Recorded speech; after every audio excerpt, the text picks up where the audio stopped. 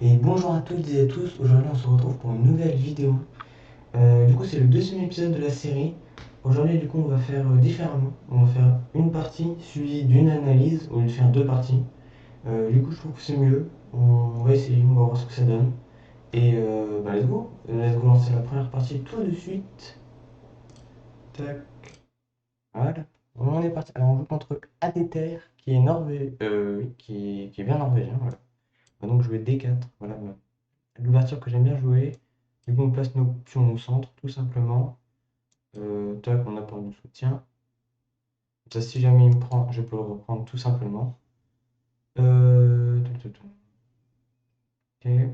Bah là, du coup, je vais décider d'augmenter la sécurité sur ce pion.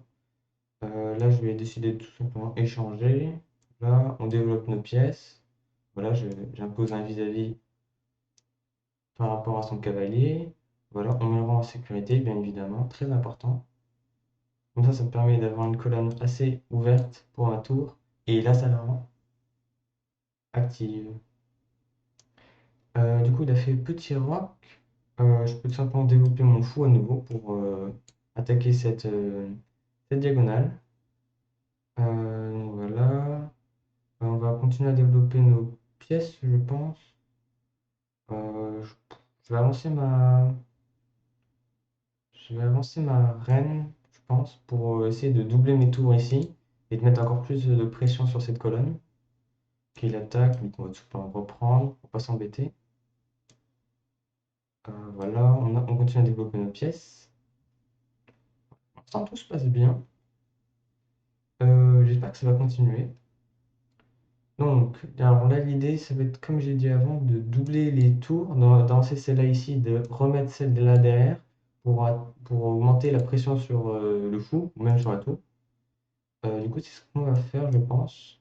Même s'il continue à avancer ses pions ici, c'est pas grave, on va pas trop faire attention. Du coup, alors qu'on a toujours notre fou ici qui est assez actif, ça c'est toujours intéressant. Et la dame qui me laisse quand même ce pion-là, si jamais j'ai d'autres occasions. Ok, il attaque ma tour. Donc là, je pense que je pourrais juste avancer ce pion-là, comme ça pour bloquer le vis-à-vis. Si jamais il me reprend, je peux tout simplement reprendre avec mon cavalier. Ouais. Du coup là, j'aimerais bien quand même me dépêcher pour prendre ma tour ici. Parce que là, c'est vraiment l'idée de mon plan. Ok. Ouais.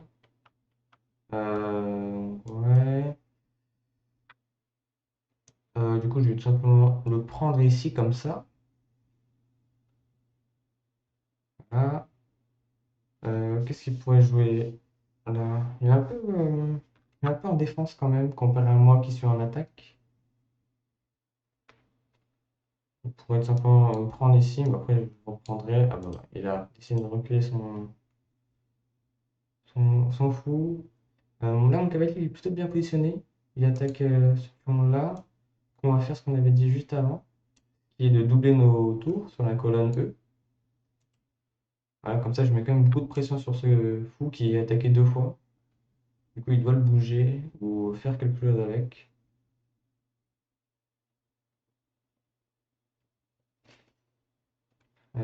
Oui. Tac. Là, le mieux pour lui, je pense que ça serait peut-être de positionner son. Oui, ah, bah, il le défend avec son roi. Du coup. Là, je pense que je peux prendre ici. Comme ça, s'il me reprend avec ça, je pourrais reprendre ici ce pion-là qui n'est pas défendu avec ma reine. Du coup, ça serait plutôt intéressant quand même. Quitte à abandonner entre guillemets ce pion-là. Là, il pourrait reprendre quand même avec ce pion, mais ça serait pas très grave, je pense. Ça me donnerait toujours un avantage assez conséquent. Voilà, du coup, là, j'ai mis une grosse pression sur son roi. Là, je suis une menace en mat en main quand même.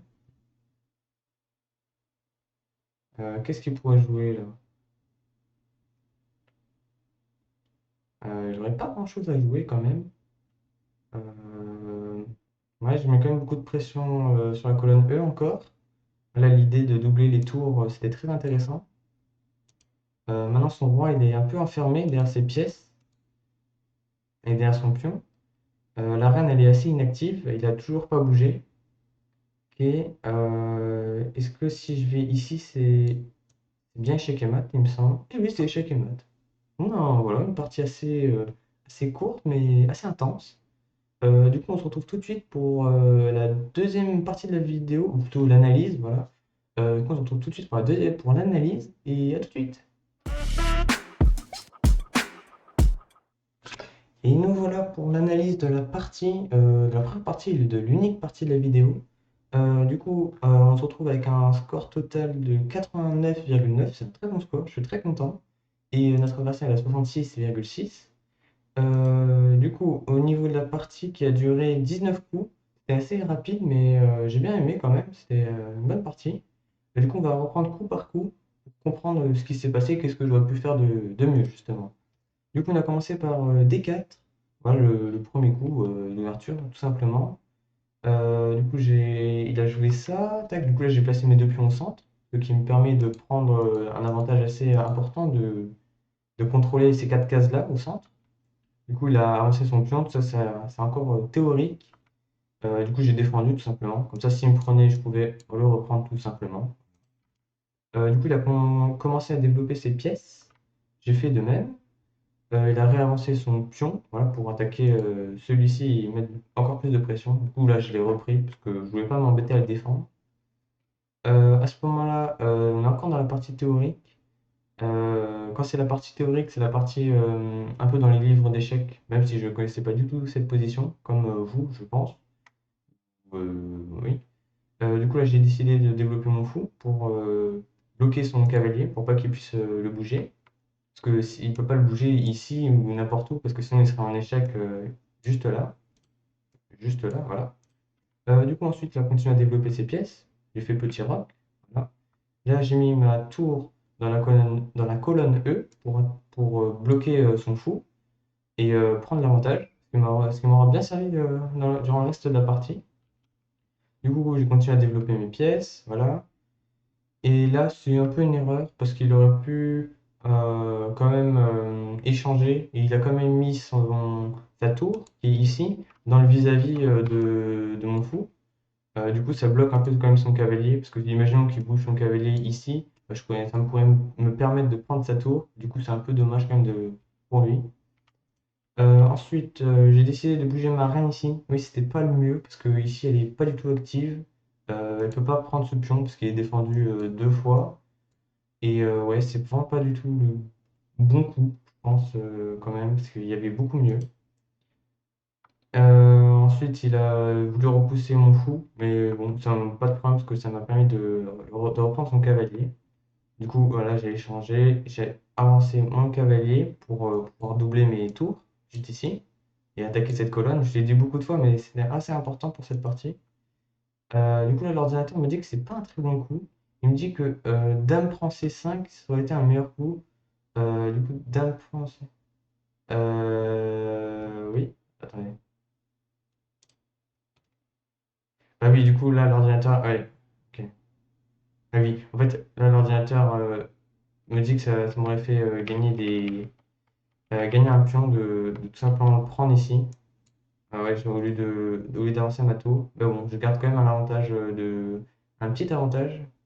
Du coup, là, il a développé son fou sur son fou blanc. Du coup, il a décidé de prendre, voilà, en échange. Là, il a un peu mis son fou en retrait. C'est un peu dommage pour lui quand même, parce qu'il a son fou qui est inactif.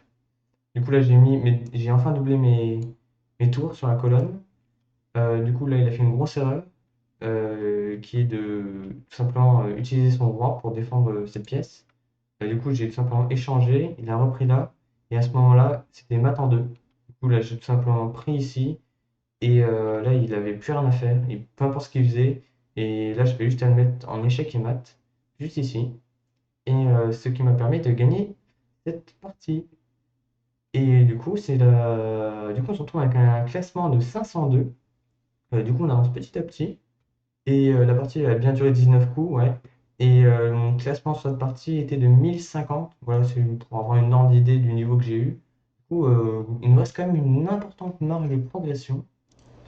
Du coup, j'espère que cette vidéo vous aura plu. Moi, ça m'a fait plaisir de la tourner parce que ça faisait longtemps que je n'avais pas joué aux échecs.